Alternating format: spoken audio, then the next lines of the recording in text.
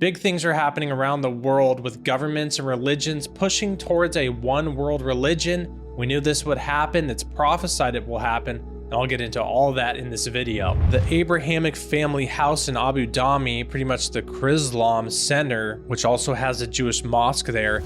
And I say Chrislam because the Roman Catholic Church, as well as the Islamic Imam, they signed their Declaration of Human Fraternity not long ago. This kind of joining of peace between Islam and Catholicism. I'll get into that in a bit, but first I wanted to talk about the Abraham Accords Global Leadership Summit that just took place in Rome, of course, of all places. And again, it's more of this uniting of the religions, the Abrahamic religions, as well as all religions and all governments in this unity of peace that the Bible tells us will ultimately be ran by the Antichrist and will just be a one world control system. So the former Israeli ambassador to the UN is the host of this Abraham Accords summit that just happened, the first of its kind, and just listen in his own words what he has to say about it. Coming to you early in the morning from the streets of Rome.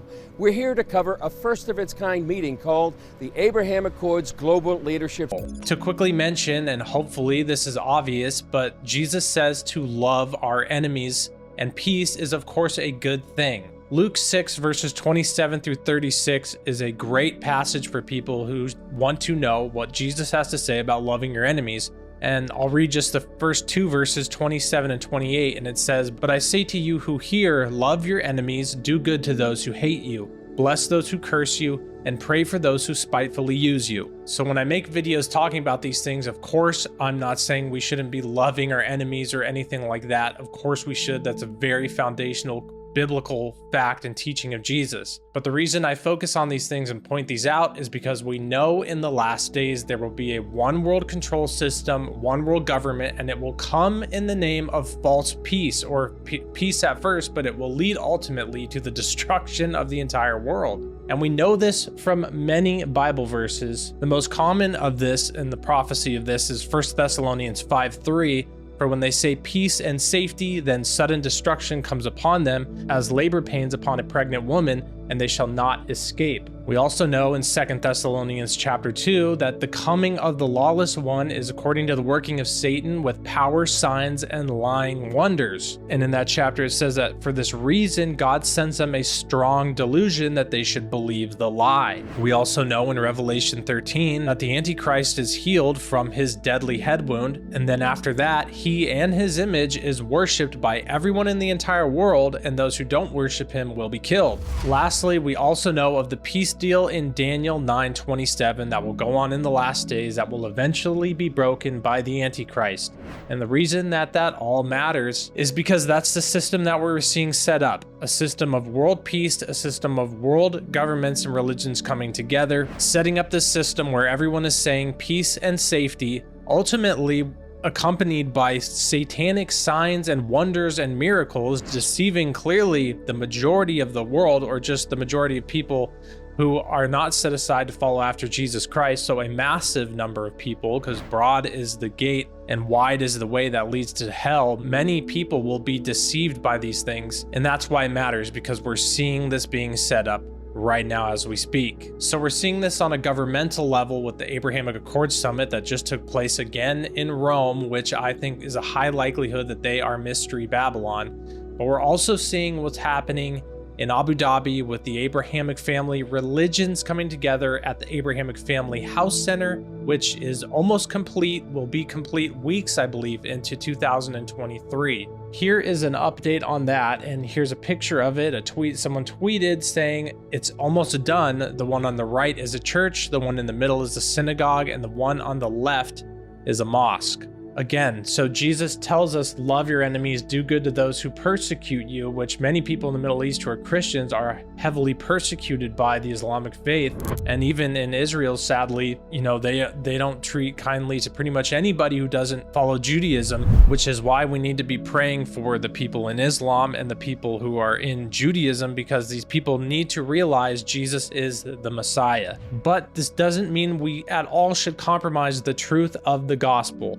Galatians 1:8 says, "But even if we or an angel from heaven preach any other gospel to you than what we have preached to you, let him be accursed." So that's even a huge difference in comparison to just religions coming together and being kind, and people are kind of listening like, well, maybe we should have a unifying gospel. And people are buying into that, let alone the fact in this verse says, if an angel came down from heaven, I mean, imagine if an angel came down from heaven and said that we should all come together, then people definitely would be on board in just comparison to just the earthly systems saying this. But this verse in Galatians tells us no matter anyone who tries to tell you any other gospels besides the gospel of Jesus Christ that we know, then they are telling a lie and we shouldn't believe anything that they should say. It says, let him be accursed. 2 Corinthians 11:14-15 also confirms that we need to be very diligent and discerning at what we are paying attention to in the last days. And it says, "And no wonder, for Satan himself transforms himself into an angel of light. Therefore it is no great thing if his ministers also transform themselves into ministers of righteousness, whose end will be according to their works." So when we see people in these world systems, in these religious systems rising up, and they seem to be ministers of righteousness and a minister of light and goodness, they very well are just a minister actually of Satan if they are not preaching the absolute truth that Jesus Christ alone is the only way to heaven. Again, we know another verse of the Bible prophecy that is coming in the last days surrounding this one world religion, and that is in 1 Timothy 4:1, and it says, "Now the Spirit expressly says that in the latter times some will depart from the faith, giving heed to deceiving spirits and doctrines of demons," which any doctrine that teaches anything besides the truth of salvation in Jesus Christ alone is a doctrine of demon. A doctrine of demon doesn't have to be just like some absolute satanic thing of rituals and things and evil that we would imagine a doctrine of demon being. Even a doctrine of, well, all roads lead to God, and everybody, if you're a good person, then you're going to heaven. That's a doctrine of demons as well, because it leads people to hell. And that's exactly what demons and Satan wants. So truly, it's pretty clear to see that these are the systems, the end times world systems being set up of one world government, one world religion, and it's a complete fallacy and lie that we should be following these in the respect of that there is some sort of salvation and unity that we should be achieving.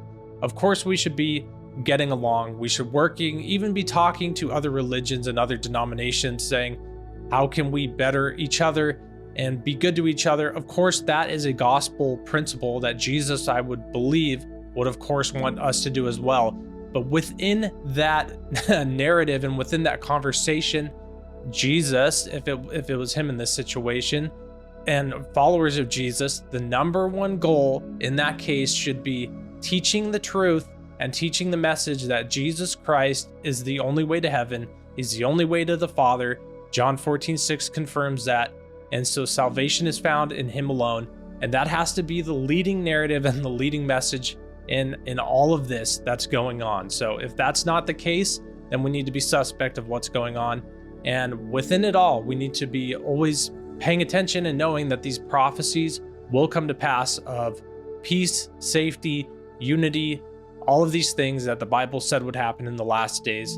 So we just need to keep the gospel message as the forefront of this whole conversation. And so sharing the truth about Jesus Christ, that needs to be our main mission and our main focus while we are here on this earth. That is the reason we're here. So we need to keep that at the forefront. Hopefully that encourages you. Let's not forget to keep that as our main focus. Thanks for watching, and 2 things that are important to living a guided and fulfilling Christian life are obedience and intimacy with Jesus. If you do those 2 things, live in obedience to him and his ways, and you are intimately seeking him deeper constantly and always growing in him and seeking him more daily, then that is how you can have a fulfilling and guided and understanding life in him. Thanks for watching, and God bless.